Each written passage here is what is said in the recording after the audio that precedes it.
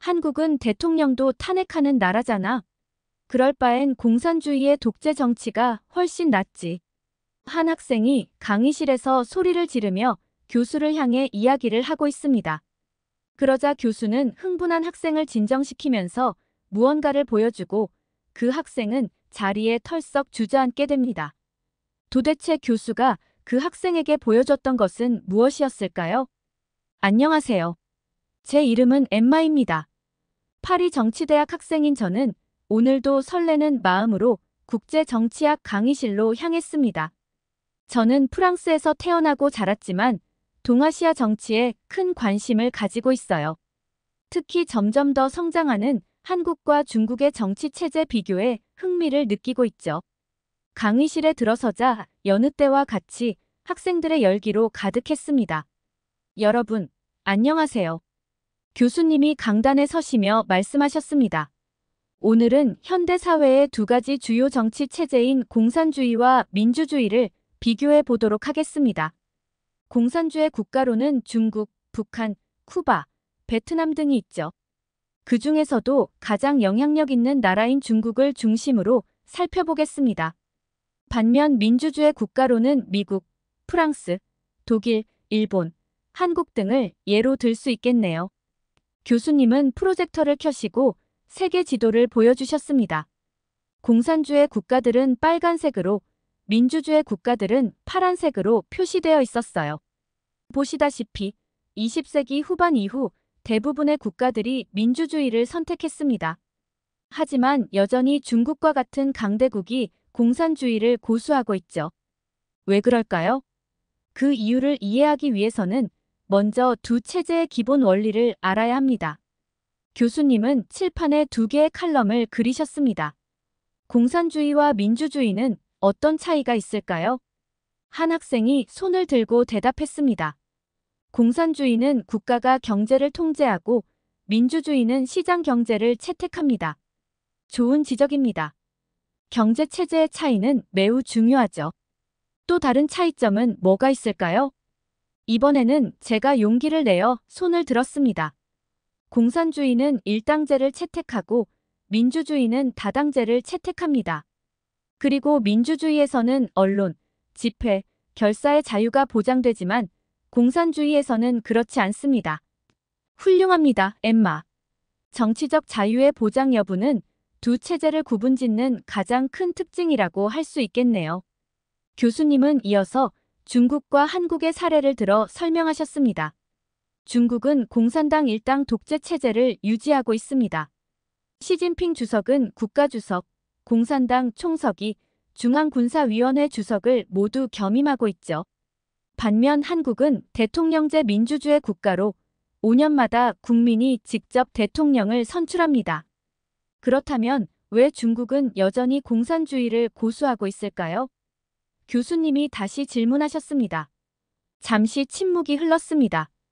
그러다 뒤쪽에서 한 학생이 조심스레 의견을 냈어요. 아마도 급격한 체제 전환으로 인한 혼란을 피하기 위해서가 아닐까요? 소련의 붕괴 과정을 보면 체제 전환이 얼마나 위험할 수 있는지 알 수 있잖아요. 좋은 지적입니다. 실제로 중국 정부는 안정을 매우 중요하게 여기고 있죠. 하지만 그 안정을 위해 국민의 자유를 제한하는 것이 과연 옳은 선택일까요? 이 점에 대해 좀 더 자세히 살펴봅시다. 교수님은 프로젝터에 새로운 슬라이드를 띄우셨습니다. 그곳에는 공산주의 체제의 문제점이라고 쓰여 있었어요.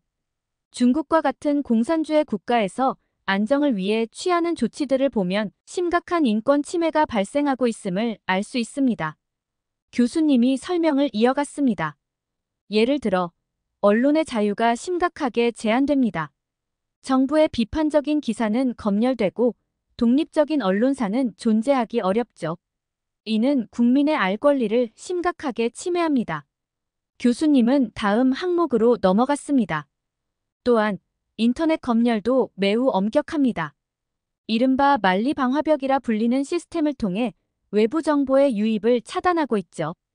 페이스북, 구글, 유튜브 등 우리가 일상적으로 사용하는 서비스들이 중국에서는 접속 자체가 불가능합니다. 학생들 사이에서 놀란 표정이 역력했습니다. 교수님은 계속해서 설명하셨어요. 집회와 결사의 자유도 심각하게 제한됩니다.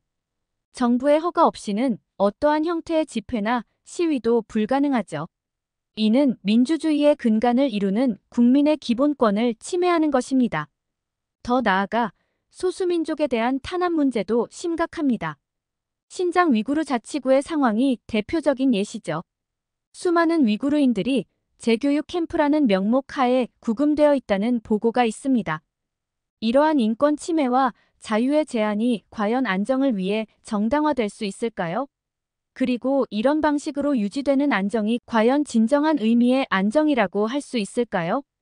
물론 공산주의 체제가 가진 장점도 있습니다. 강력한 중앙 집권을 통해 신속한 정책 결정과 집행이 가능하죠. 하지만 그 대가로 치러야 하는 국민의 자유와 권리의 훼손은 너무나 큽니다. 역사적으로 봤을 때 장기적인 관점에서 이러한 체제가 지속 가능했던 사례를 찾기 어렵습니다. 교수님은 잠시 물을 마시고 다음 주제로 넘어가셨습니다. 이제 중국의 현재 정치 체제, 특히 시진핑 주석의 통치 방식에 대해 자세히 알아보겠습니다. 스크린에 시진핑 주석의 사진이 나타났습니다. 위험 있는 표정의 중년 남성이었어요. 시진핑은 2012년부터 중국 공산당 총서기를 맡았고 2013년부터 국가주석을 맡고 있습니다. 그는 또한 중앙군사위원회 주석직도 겸임하고 있죠. 이는 그가 당, 정, 군 모두를 장악하고 있다는 뜻입니다. 시진핑의 권력 집중은 여기서 그치지 않습니다. 2018년 중국은 헌법을 개정해 국가주석의 연임 제한을 폐지했습니다. 이전에는 최대 2기 10년까지만 주석직을 맡을 수 있었지만 이제는 무기한 연임이 가능해진 거죠. 저는 깜짝 놀라 손을 들고 질문했습니다. 교수님, 그렇다면 시진핑 주석이 평생 중국을 통치할 수도 있다는 뜻인가요? 교수님은 고개를 끄덕이셨습니다. 그렇습니다, 엠마. 이론적으로는 가능합니다. 이는 마오쩌둥 시대 이후 처음 있는 일이에요.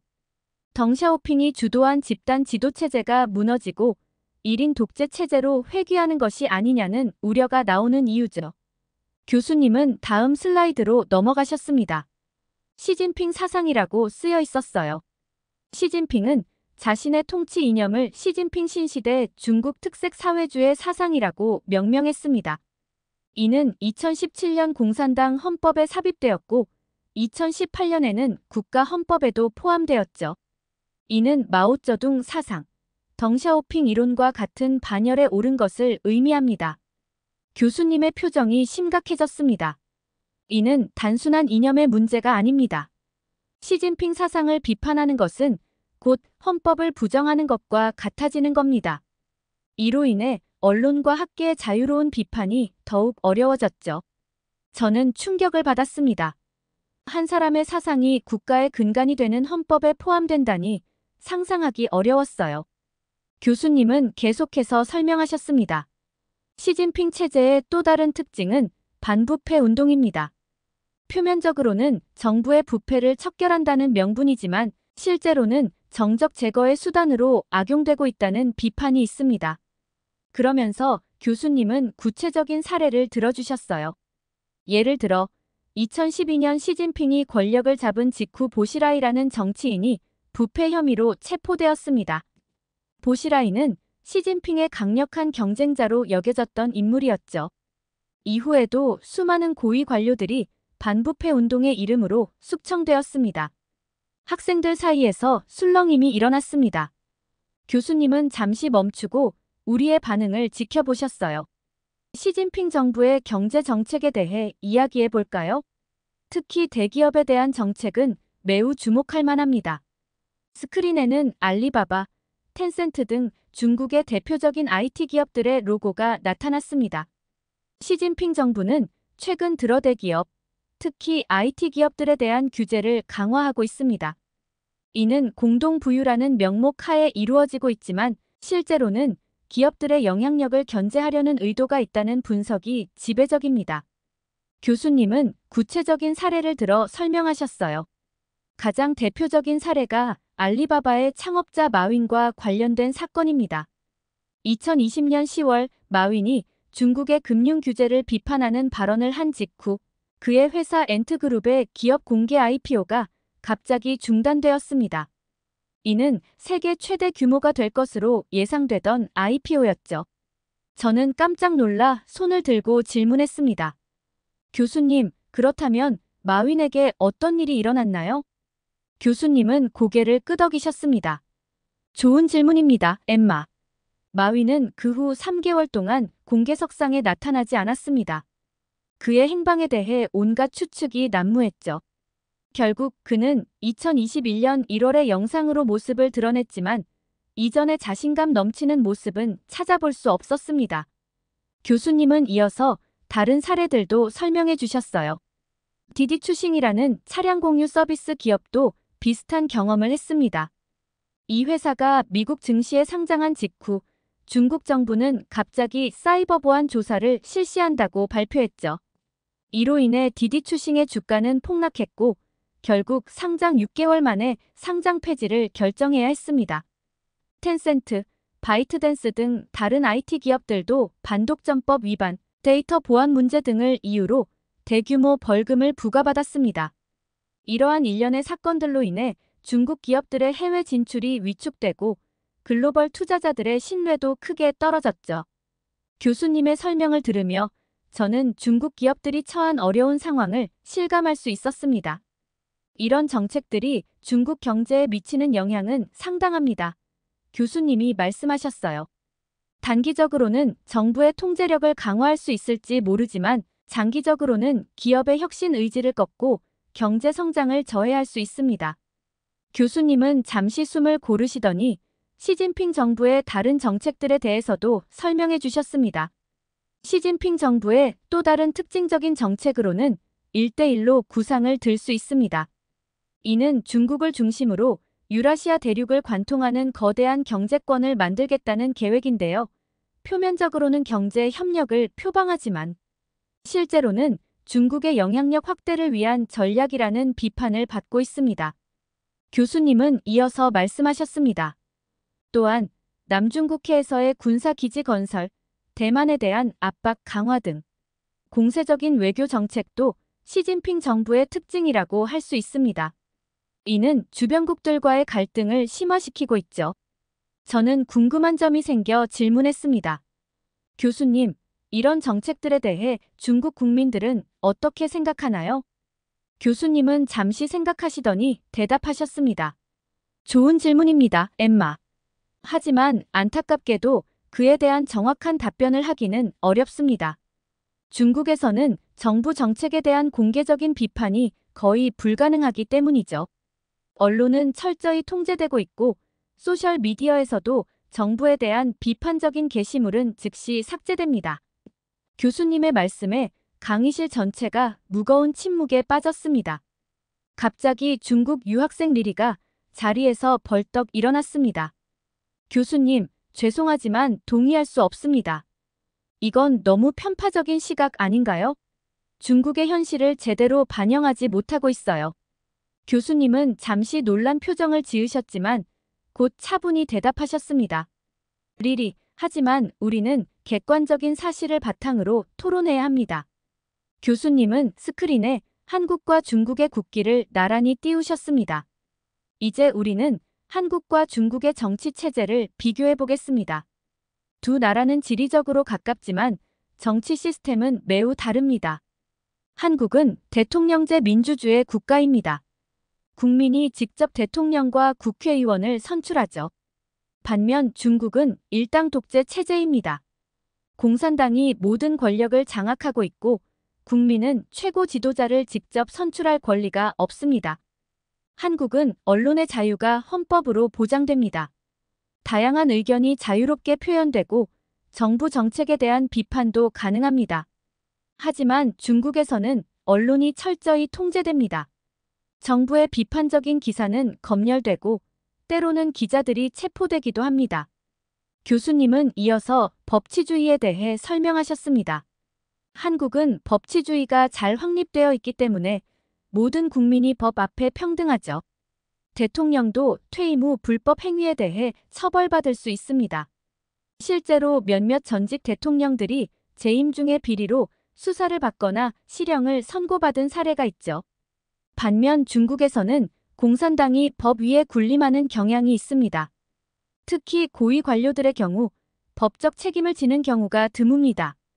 경제 정책에 대해서도 교수님은 비교해 주셨습니다. 한국은 자유시장 경제를 채택하고 있습니다. 정부의 규제도 있지만 기업들은 비교적 자유롭게 경영할 수 있습니다. 삼성, 현대, LG 같은 대기업들이 세계 시장에서 활약하고 있죠. 반면 중국은 여전히 국가 주도의 경제 정책을 펴고 있습니다. 최근에는 알리바바, 텐센트 같은 민간 기업들에 대한 규제를 강화하고 있어 기업가 정신을 위축시킬 수 있다는 우려가 나오고 있습니다. 교수님은 마지막으로 국제관계에 대해 언급하셨습니다. 한국은 민주주의 국가로서 미국, 유럽 등 서방 국가들과 긴밀한 관계를 유지하고 있습니다. 동시에 러시아와도 외교 관계를 잘 유지하고 있죠. 반면 중국은 최근 들어 미국을 비롯한 서방 국가들과 갈등을 빚고 있습니다. 남중국해 문제, 대만 문제 등으로 주변국들과의 관계도 악화되고 있는 상황입니다. 교수님의 설명이 끝나자 강의실은 잠시 정적에 빠졌습니다. 그때 리리가 갑자기 자리에서 벌떡 일어났습니다. 교수님, 저는 도저히 동의할 수 없습니다. 리리의 목소리가 떨렸습니다. 중국의 현실은 교수님이 설명하신 것과는 전혀 다릅니다. 오히려 한국의 실상을 아셔야 할 것 같아요. 교수님은 놀란 표정으로 리리를 바라보셨습니다. 리리, 무슨 말씀이신가요? 리리는 흥분한 목소리로 말을 이어갔습니다. 제가 얼마 전 한국에 다녀왔어요. 정말 최악이었습니다. 거리는 쓰레기로 가득했고 사람들은 서로 밀치며 다녔어요. 질서라곤 찾아볼 수 없었죠. 강의실 전체가 술렁이기 시작했습니다. 한국 유학생들의 얼굴이 붉어지는 게 보였습니다. 리리는 계속해서 말을 이어갔습니다. 지하철에서는 노인들이 자리를 양보받지 못하고 서 있었어요. 젊은이들은 무관심하게 휴대폰만 보고 있었죠. 이게 과연 교수님이 말씀하신 인권이 존중되는 사회인가요? 교수님은 리리의 말을 중단시키려 했지만 그녀는 멈추지 않았습니다. 그리고 음식점에서는 위생 상태가 정말 형편없었어요. 주방이 훤히 보이는데 요리사들이 위생모도 쓰지 않고 일하고 있었어요.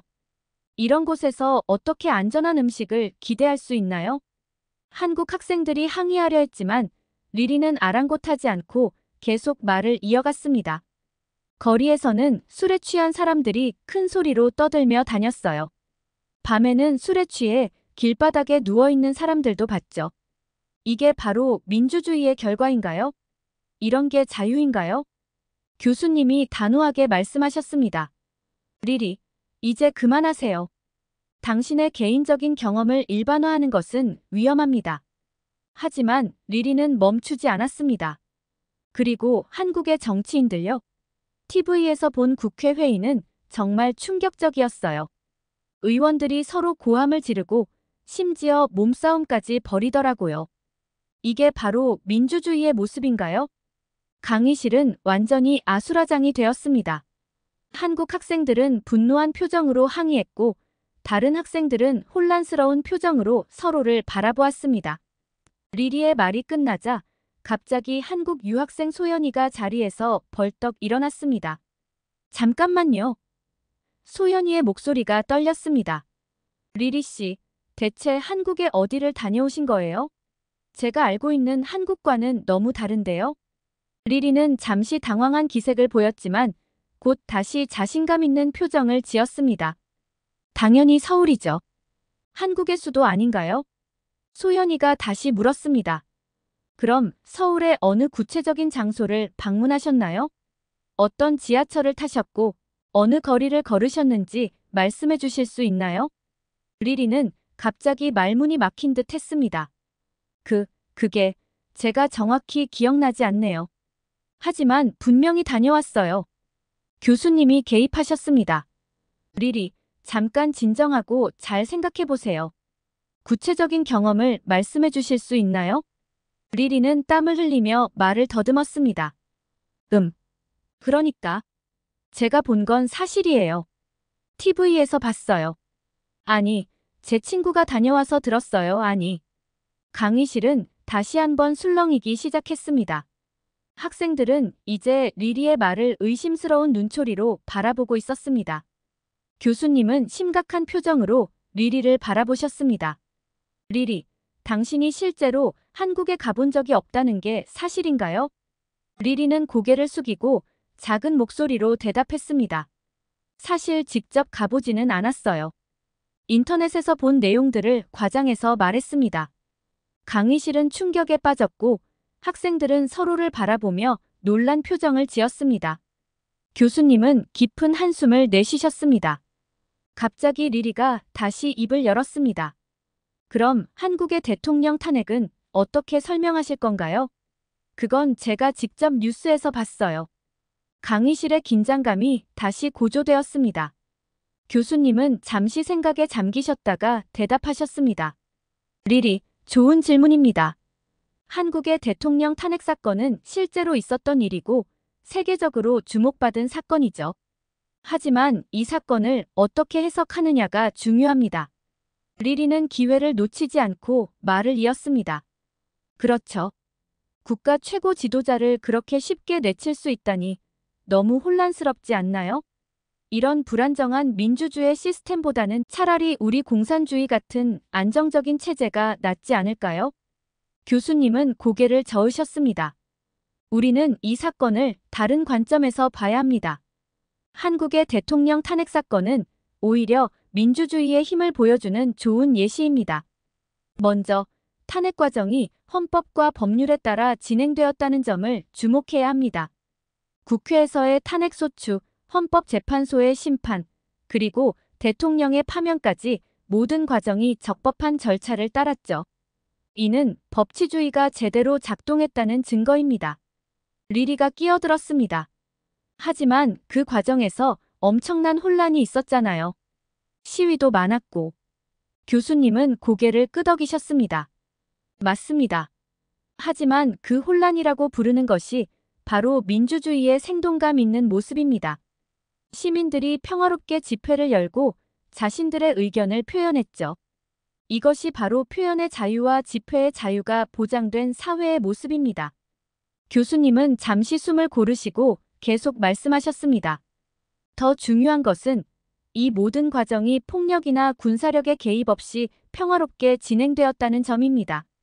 대통령이 파면된 후에도 정상적으로 선거가 치러져 새로운 대통령이 선출되었죠. 이는 민주주의 제도가 안정적으로 작동하고 있다는 증거입니다. 리리는 비웃으며 물었습니다. 그래도 국가 원수가 그렇게 쉽게 바뀌는 게 과연 좋은 건가요? 리리, 그것이 바로 민주주의의 핵심입니다. 지도자가 국민의 신뢰를 잃었을 때 평화적이고 합법적인 방법으로 그를 교체할 수 있는 것이죠. 이는 독재 체제에서는 상상할 수 없는 일입니다. 교수님은 잠시 생각에 잠기셨다가 다시 말씀을 이어가셨습니다. 여러분, 생각해보세요. 만약 국가 지도자가 부패하거나 무능하다면 어떻게 해야 할까요? 민주주의 국가에서는 선거나 탄핵과 같은 제도적 장치를 통해 평화롭게 지도자를 교체할 수 있습니다. 하지만 독재 체제에서는 어떨까요? 강의실은 깊은 침묵에 빠졌습니다. 학생들은 각자 교수님의 말씀을 곱씹어보는 듯 했습니다. 교수님은 마지막으로 이렇게 말씀하셨습니다. 물론 민주주의 체제가 완벽한 것은 아닙니다. 많은 문제점과 개선해야 할 부분이 있죠. 하지만 국민의 기본적 자유와 권리를 보장하고 권력의 평화로운 교체를 가능하게 한다는 점에서 현재로서는 가장 진보된 정치 체제라고 할 수 있습니다. 리리는 더 이상 아무 말도 하지 못했습니다. 그저 고개를 숙인 채 자신의 자리로 돌아갔습니다.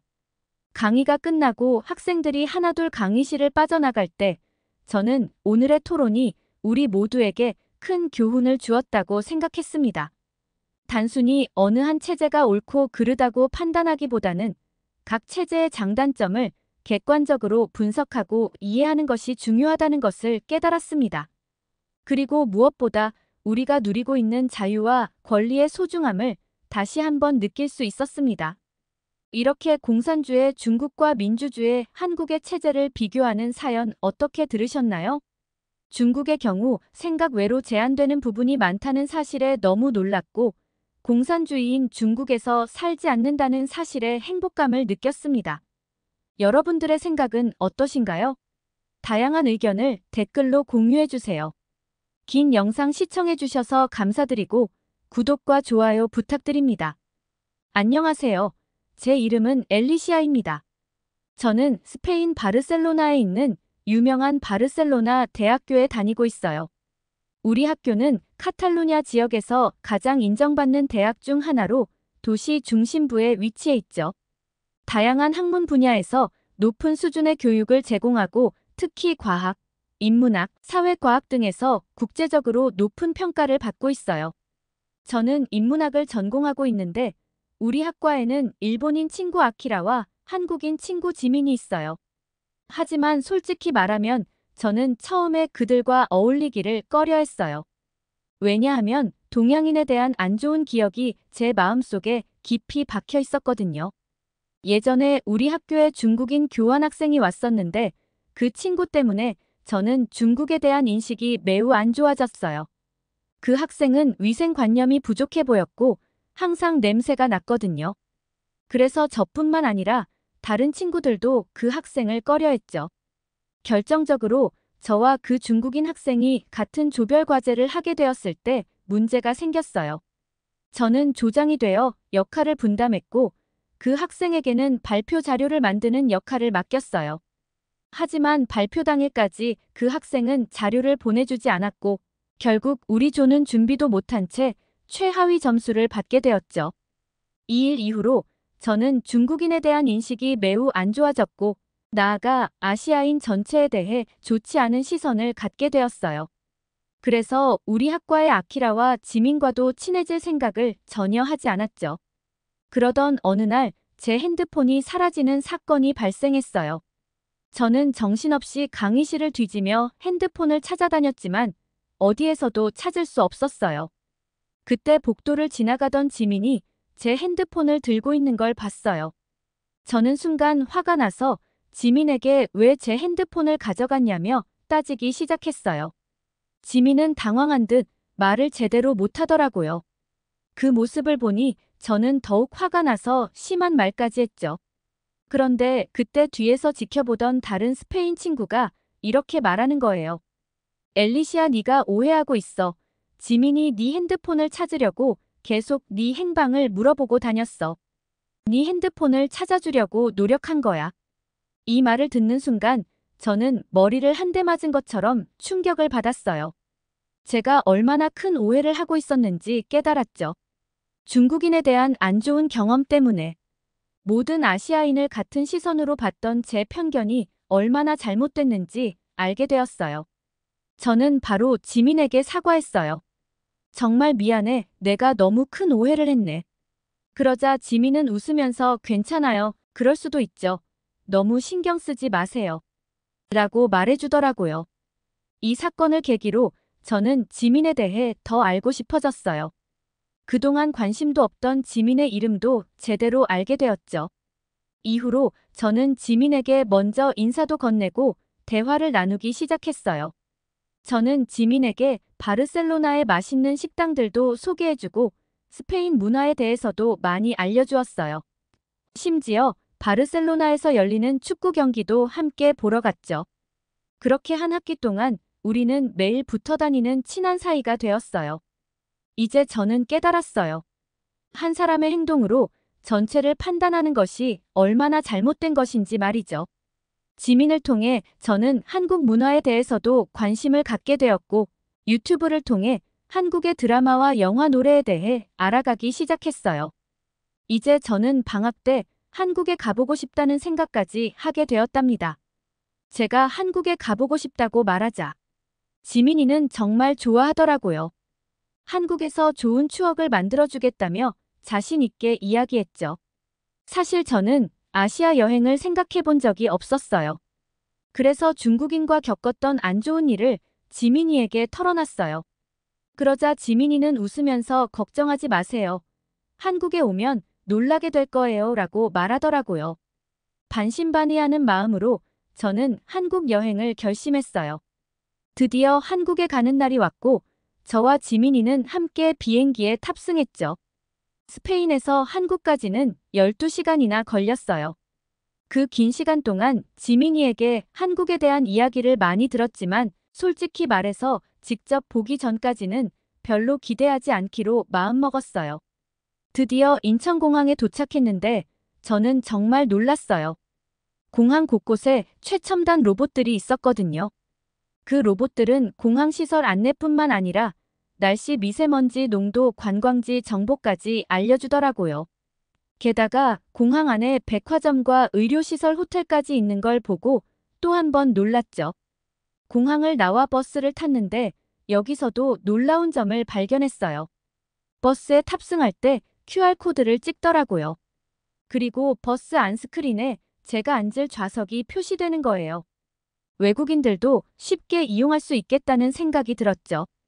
버스 내부도 넓고 쾌적해서 긴 여행 끝에 지친 저희에게는 정말 좋았어요.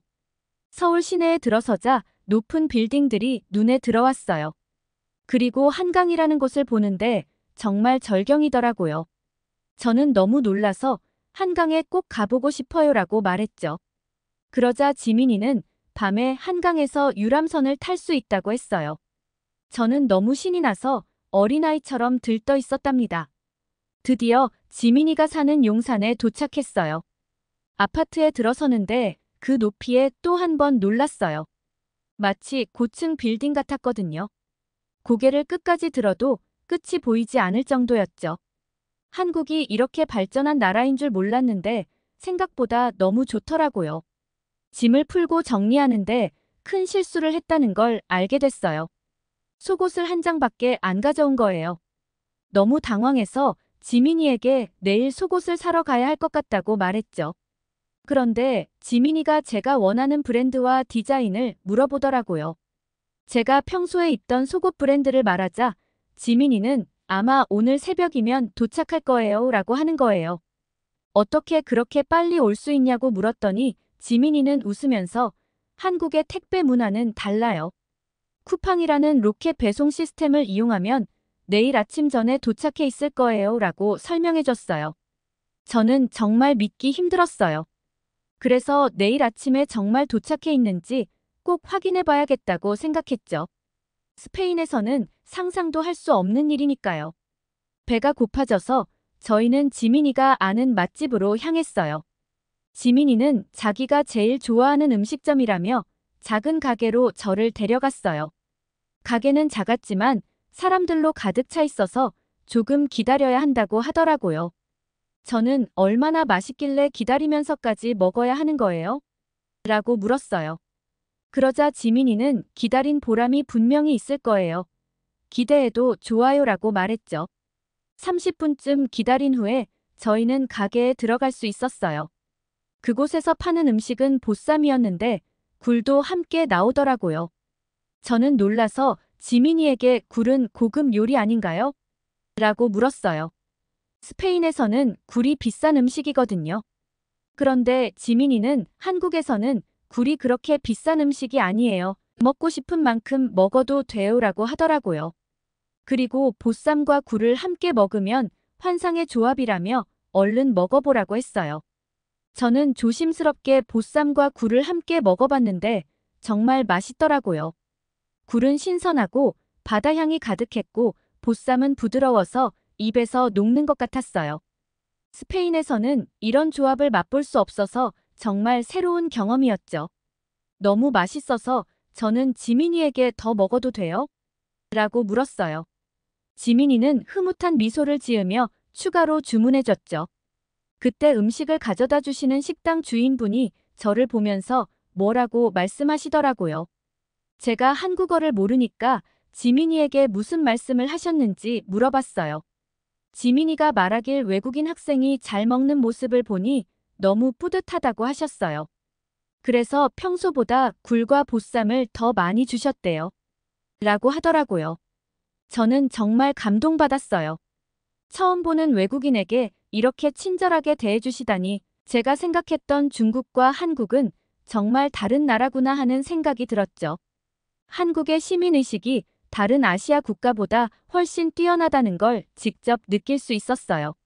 맛있는 보쌈을 배부르게 먹고 나서 저희는 한강으로 향했어요. 지민이가 말한 대로 유람선을 타러 가기로 했거든요. 한강에 도착하니 정말 많은 관광객들이 있더라고요. 외국인들도 꽤 많이 보였죠. 선착장에 도착해서 유람선을 기다리는데 저는 너무 설레었어요. 드디어 시간이 되자 거대한 유람선이 눈앞에 나타났죠. 저와 지민이는 유람선에 올라탔어요. 낮에 봤을 때와는 전혀 다른 풍경이 펼쳐졌어요. 반짝이는 도시의 빌딩들이 아름다운 야경을 만들어내고 있었고 무수히 많은 한강 다리들도 정말 예뻤어요. 유람선이 지나갈 때마다 한강 다리에서 불빛이 비추면서 분수가 뿜어져 나왔어요. 그 광경이 너무 아름다워서 지금도 선명하게 기억나요. 날씨가 더웠는데도 한강 다리의 분수 덕분에 시원한 기분이 들었죠. 마음까지 상쾌해지는 느낌이었어요. 한강 근처에 사는 지민이가 너무 부러웠어요. 이런 멋진 경험을 언제든 할 수 있다니 말이에요. 한국인이라는 사실이 정말 부럽다는 생각이 들었죠. 유람선 체험을 마치고 나니 또 배가 고파졌어요. 지민이에게 배고프지 않아요? 라고 물었더니 지민이는 이 근처에 낭만을 느낄 수 있는 곳이 있어요 라고 말하더라고요. 그리고는 저를 한강 근처의 편의점으로 데려갔어요. 편의점에 들어가니 뽀글이라는 라면이 있더라고요. 지민이가 이걸 한강에서 먹을 거라고 했을 때 저는 좀 의아했어요. 하지만 음식을 만드는 과정을 보니 너무 신기했어요. 용기에 라면과 스프만 넣어 놓으면 기계가 알아서 조리를 해주는 거예요. 음식이 완성되는데 3분도 걸리지 않았어요. 라면 냄새가 너무 좋아서 저도 모르게 군침이 돌았어요. 지민이는 한강을 바라보며 먹을 수 있는 공간이 있다고 해서 그곳으로 향했죠. 한강변에 자리를 잡고 앉아 라면을 먹기 시작했는데 그 맛이 정말 환상이었어요. 쌀쌀한 바람을 맞으며 먹는 뜨거운 라면은 그 자체로 특별한 경험이었죠. 게다가 눈앞에 펼쳐진 한강의 야경은 말로 표현할 수 없을 정도로 아름다웠어요. 저는 지민이에게 이렇게 아름다운 곳에서 맛있는 라면을 먹을 수 있다니 정말 행복해요라고 말했어요. 지민이는 웃으면서 한국에서는 이런 게 일상이에요. 앞으로 더 많은 걸 보여드릴게요라고 했죠. 라면을 다 먹고 나서도 우리는 한동안 한강변에 앉아 이야기를 나눴어요. 지민이는 한국의 문화와 역사에 대해 많은 얘기를 해줬어요.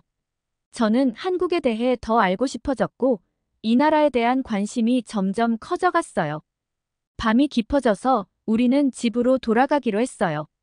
지민이의 집으로 가는 길에 우리는 편의점에 들렀어요.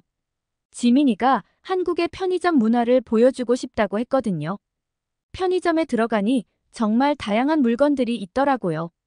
음식은 물론이고 생활용품까지 모든 게 다 있었어요. 지민이는 삼각김밥과 우유를 사더니 이게 한국인들이 가장 즐겨 먹는 야식 중 하나예요라고 설명해줬어요. 우리는 편의점 앞 테이블에 앉아 삼각김밥을 먹었어요. 처음 먹어보는 맛이었지만 의외로 맛있었어요. 지민이는 한국에서는 편의점이 단순히 물건을 사는 곳이 아니라 사람들이 모이고 쉬어가는 공간이에요라고 말해줬어요. 집으로 돌아와서 저는 샤워를 하고 침대에 누웠어요. 창문으로 보이는 한강을 바라보며 오늘 하루를 되새겨봤죠. 정말 특별한 하루였어요. 한국에 대한 제 생각이 완전히 바뀌었다는 걸 느낄 수 있었어요. 지민이의 집에서 매일 이렇게 한강을 볼 수 있다니 정말 부러웠어요. 이런 집에서 살 수 있다면 정말 행복할 것 같아요 라고 말했더니 지민이는 언젠가 기회가 된다면 한국에서 살아보는 것도 좋을 거예요 라고 말해줬어요. 잠들기 전에 저는 내일의 일정에 대해 궁금해졌어요. 지민이에게 물어보니 내일은 한국의 전통과 현대가 공존하는 모습을 보여드릴게요라고 하더라고요. 저는 기대감에 쉽게 잠들 수 없었어요. 다음 날 아침 일찍 일어났는데 지민이가 저를 부르며 집 밖으로 나와보라고 하더라고요. 현관문 앞에는 택배 상자가 놓여 있었어요. 저는 이 광경에 또 한 번 놀랄 수밖에 없었죠. 첫 번째로 놀란 건 어젯밤에 주문한 속옷이 정말로 아침 전에 도착해 있었다는 거예요. 두 번째로 놀란 건 택배를 문 앞에 그냥 놓고 갔다는 사실이었어요. 이렇게 문 앞에 놔두면 다른 사람이 가져가지 않나요? 라고 물었더니 지민이는 한국은 다른 사람의 물건을 함부로 가져가지 않는 문화가 있어요. 그래서 이렇게 문 앞에 두고 가는 거예요 라고 설명해 줬어요. 저는 이 말을 듣고 정말 놀랐어요. 스페인에서는 상상도 할 수 없는 일이거든요. 지민이는 계속해서 한국의 카페에서는 화장실에 갈 때도 노트북과 핸드폰을 그냥 두고 가요. 테이블에 물건이 놓여 있어도 아무도 손대지 않아요 라고 말해줬어요. 이 얘기를 들으니 더욱 놀라웠어요. 스페인의 카페에서는 CCTV가 있어도 물건을 도둑 맞는 일이 종종 있거든요. 제 주변에서도 그런 일을 당한 사람들이 있었죠. 한국의 높은 시민의식에 대해 알게 되니 중국과 한국을 같은 아시아 국가라고 생각하고 편견을 가졌던 제 자신이 너무 부끄러워졌어요.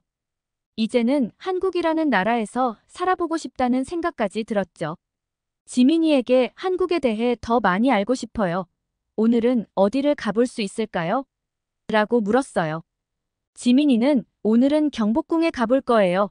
한국의 역사와 문화를 직접 체험해 볼 수 있을 거예요. 라고 말해줬어요. 저는 너무 기대되는 마음에 서둘러 준비를 마쳤어요. 오늘 하루도 어떤 놀라운 경험을 하게 될지 너무나 궁금했죠. 한국에서의 매 순간이 새로운 발견의 연속이었으니까요. 이제 저는 한국의 또 다른 모습을 보기 위해 지민이와 함께 집을 나섰어요. 지민이와 저는 아침 일찍 경복궁으로 향했어요. 지하철을 타고 가는 동안 지민이가 경복궁의 역사에 대해 설명해줬어요. 조선 왕조의 주요 궁궐이었다는 얘기를 들으니 더욱 기대가 되더라고요. 경복궁에 도착하자마자 저는 그 웅장함에 압도되었어요. 와, 정말 크고 아름다워요. 저도 모르게 감탄사가 나왔죠. 궁궐 입구에서는 수문장 교대식이 진행 중이었어요. 화려한 전통 의상을 입은 수문장들의 모습이 너무 멋졌어요. 궁 안으로 들어가면서 지민이가 말했어요. 이곳은 근정전이에요. 조선시대 왕의 주요 정무를 보던 곳이죠. 근정전의 화려한 단청과 섬세한 조각들을 보니 옛 한국의 건축 기술이 정말 대단하다는 생각이 들었어요. 경회로에 갔을 때는 정말 놀랐어요. 연못 위에 지어진 아름다운 정자를 보며 여기서 연회를 열었다고요? 정말 낭만적이겠어요. 라고 말했죠. 지민이는 웃으면서 그렇죠. 지금도 여기서 야간 공연을 볼 수 있어요. 다음에 또 와볼까요? 라고 제안했어요. 경복궁을 둘러보고 나오면서 저는 한국의 역사와 문화에 대해 더 깊이 알고 싶어졌어요. 한국의 역사가 이렇게 풍부하고 아름다운 줄 몰랐어요. 정말 감동이에요. 라고 말했더니 지민이가 아직 볼 게 많아요. 이제 현대적인 한국도 보여드릴게요. 라고 했어요. 다음으로 우리는 남산 서울타워로 향했어요. 케이블카를 타고 올라가는 동안 서울 전경이 눈앞에 펼쳐졌어요. 와, 서울이 이렇게 크고 발전했네요. 저는 놀라움을 감추지 못했어요. 타워 전망대에 올라가니 360도로 서울 전체를 볼 수 있었어요. 지민이가 이곳저곳을 가리키며 설명해줬어요. 저기 보이는 게 한강이에요. 그리고 저쪽이 우리가 어제 갔던 경복궁이에요. 옛것과 새것이 공존하는 서울의 모습이 정말 인상적이었어요. 점심으로는 지민이가 비빔밥을 추천해줬어요. 처음에는 여러 가지 재료를 다 섞어 먹는다는 게 이상하게 느껴졌지만 한 입 먹어보니 그 조화로운 맛에 놀랐어요. 이거 정말 맛있어요. 건강에도 좋을 것 같아요. 라고 말하니 지민이가 웃으면서 그렇죠. 한국 음식은 맛있으면서도 건강에 좋은 게 많아요. 라고 대답했어요. 오후에는 인사동으로 갔어요. 전통과 현대가 어우러진 거리를 걸으며 다양한 한국 문화를 체험할 수 있었죠. 전통차를 마시고 한복을 입어보고 붓글씨도 써봤어요. 이렇게 직접 체험해보니 한국 문화가 더 가깝게 느껴져요. 저녁에는 홍대 거리로 갔어요. 젊은이들로 가득한 활기찬 거리를 보며 여기는 정말 에너지가 넘치네요. 라고 말했어요. 길거리 공연을 구경하고 독특한 카페들도 둘러봤어요. 한 카페에서는 고양이들과 함께 차를 마실 수 있었는데 정말 특별한 경험이었죠. 하루를 마무리하며 저는 지민이에게 말했어요.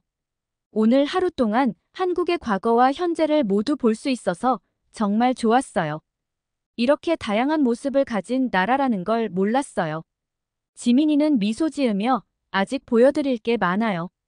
내일은 또 다른 모습의 한국을 보여드릴게요. 라고 했어요. 호텔로 돌아와 침대에 누우면서 저는 오늘 하루를 되새겨봤어요. 한국에 대한 제 인식이 완전히 바뀌고 있다는 걸 느낄 수 있었어요. 이제는 한국이 단순히 아시아의 한 나라가 아니라 풍부한 역사와 문화, 그리고 현대적인 발전이 공존하는 매력적인 나라로 보이기 시작했어요. 잠들기 전, 저는 내일은 또 어떤 놀라운 경험을 하게 될지 기대에 부풀었어요. 한국에서의 매 순간이 새로운 발견의 연속이었으니까요. 이제 한국에 대해 더 많이 알고 싶어요. 라고 중얼거리며 저는 편안한 꿈속으로 빠져들었어요. 한국에서의 마지막 날이 밝았어요. 아침에 일어나 창밖을 바라보니 마음이 복잡해졌어요.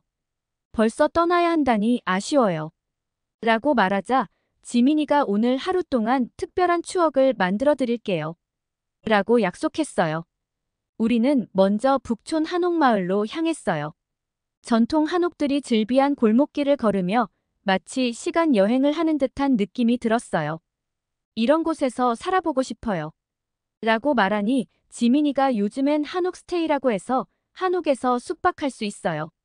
라고 알려줬어요. 점심으로는 삼계탕을 먹었어요. 더운 날 뜨거운 음식을 먹는다고요? 라며 의아해했지만 먹어보니 이해가 갔어요. 몸에 힘이 나는 것 같아요. 라고 말하니 지민이가 웃으며 그래서 보양식이라고 하죠. 라고 설명해줬어요. 오후에는 남이섬으로 향했어요. 배를 타고 섬에 도착하니 아름다운 자연 풍경이 펼쳐졌어요. 드라마 촬영지라고 했죠? 이해가 가요. 정말 로맨틱해요. 메타세콰이어 길을 걸으며 우리는 한국 여행에 대한 이야기를 나눴어요. 한국에 와서 정말 많은 것을 배웠어요. 제 편견이 얼마나 잘못됐는지 깨달았죠. 라고 말하자 지민이가 문화는 직접 경험해봐야 진정으로 이해할 수 있어요. 엘리시아가 한국을 이해하려 노력해줘서 고마워요. 라고 대답했어요. 저녁에는 한강공원으로 갔어요. 돗자리를 펴고 앉아 치맥을 즐겼죠. 이렇게 편하게 강변에서 술을 마실 수 있다니 신기해요. 라고 말하니 지민이가 한국인들이 가장 좋아하는 여가 활동 중 하나예요. 라고 했어요. 밤이 깊어가면서 우리는 진지한 대화를 나눴어요. 한국에 대한 제 생각이 완전히 바뀌었어요. 이제는 한국이 정말 매력적인 나라로 느껴져요. 지민이는 다음에 또 와요. 그때는 더 많은 것들을 보여줄게요. 라고 약속했어요. 다음 날 아침 공항으로 가는 차 안에서 저는 지민이에게 말했어요. 정말 고마워요. 덕분에 잊지 못할 추억을 만들었어요. 한국에 대해 잘못 알고 있던 제 편견을 깨뜨려줘서 고마워요. 지민이는 친구가 되어줘서 나도 고마워요. 다음에 스페인에 갈 때는 엘리시아가 안내해주세요. 라고 답했어요. 비행기에 오르면서 저는 다짐했어요. 꼭 다시 한국에 올 거야. 그리고 더 깊이 이 나라를 이해하고 싶어. 창밖으로 작아지는 한국을 바라보며 이번 여행이 제 인생의 큰 전환점이 되었다는 걸 깨달았어요.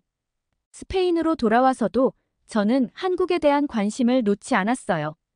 한국어를 배우기 시작했고 한국 문화에 대해 더 깊이 공부했어요. 그리고 주변 사람들에게 한국의 아름다움을 알리기 시작했죠. 몇 달 후, 저는 한국 교환학생 프로그램에 지원했어요. 그리고 기쁘게도 합격했죠. 이제 저는 더 긴 시간 동안 한국에서 살면서 이 나라를 깊이 이해할 수 있게 되었어요. 한 사람의 편견이 깨지고 새로운 세계가 열리는 데에는 그리 오랜 시간이 걸리지 않았어요. 저의 한국 여행은 단순한 관광이 아니라 제 인생을 바꾼 소중한 경험이 되었죠. 이제 저는 다른 문화를 대할 때 항상 열린 마음을 갖기로 했어요. 왜냐하면 제가 경험했듯이 편견 너머에는 놀라운 세상이 기다리고 있을 수 있으니까요.